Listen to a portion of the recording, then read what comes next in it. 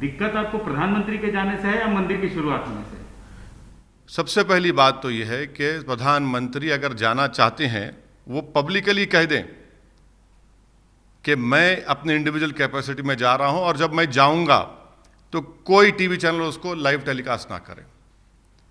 हमको इस बात का स्ट्रांग ऑब्जेक्शन है क्योंकि भारत सरकार का कोई रिलीजन नहीं है, भारत सरकार का कोई रिलीजन नहीं है, इस मुल्क का कोई रिलीजन नहीं है और प्रधानमंत्री इस मुल्क के तमाम लोगों की नुमाइंदगी करते हैं।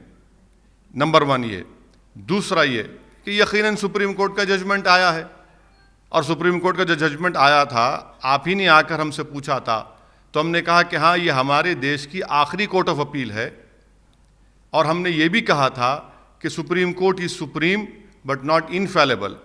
इस बात को याद रखिए कि एडीएम जबलपुर का केस हुआ था, 40 साल बाद वही सुप्रीम कोर्ट ने कहा गलत केस था, गलत फैसला हुआ था। मैं जाता हूं बराबर, मगर क्या मैं ये कहता हूं कि मैं मेंबर ऑफ पार्लियामेंट बन के आ रहा हूं?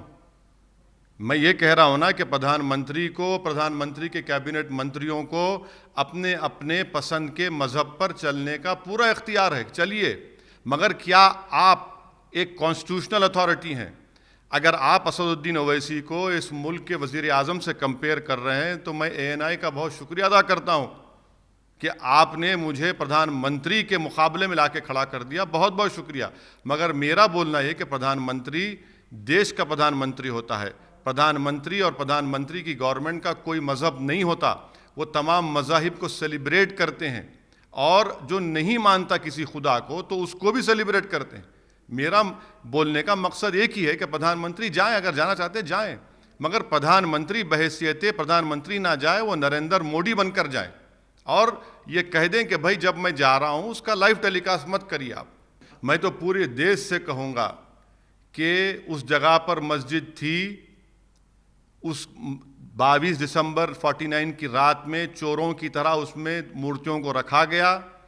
उसको उस वक्त के कलेक्टर डीएम ने गलती की, पूजा की शुरुआत कर दी लॉक डालकर, ताले खोले गए बगैर मुसलमानों को नोटिस दिए और सुप्रीम कोर्ट को वादा करने के बावजूद भी सुप्रीम कोर्ट की इजाज़त पर शिलान्यास हुआ और 6 दिसंबर को बाबरी मस्जिद को शहीद कर दिया गया।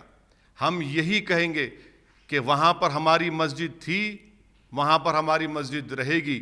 आज आप जो उस जगह पर काम करने जा रहे हैं वहाँ पर 500 साल तक मस्जिद थी, वहाँ पर हमने हय्या अलस सलाह और हय्या अलल फलाह की सदाएँ दी। ये हम बोलते रहेंगे। मैं मर भी जाऊँगा तो मैं वसीयत करके जाऊँगा कि ये याद दिलाते रहो देश के तमाम लोगों को कि वहाँ पर मस्जिद थी और 6 दिसंबर 1992 को उस मस्जिद को शहीद कर दिया गया।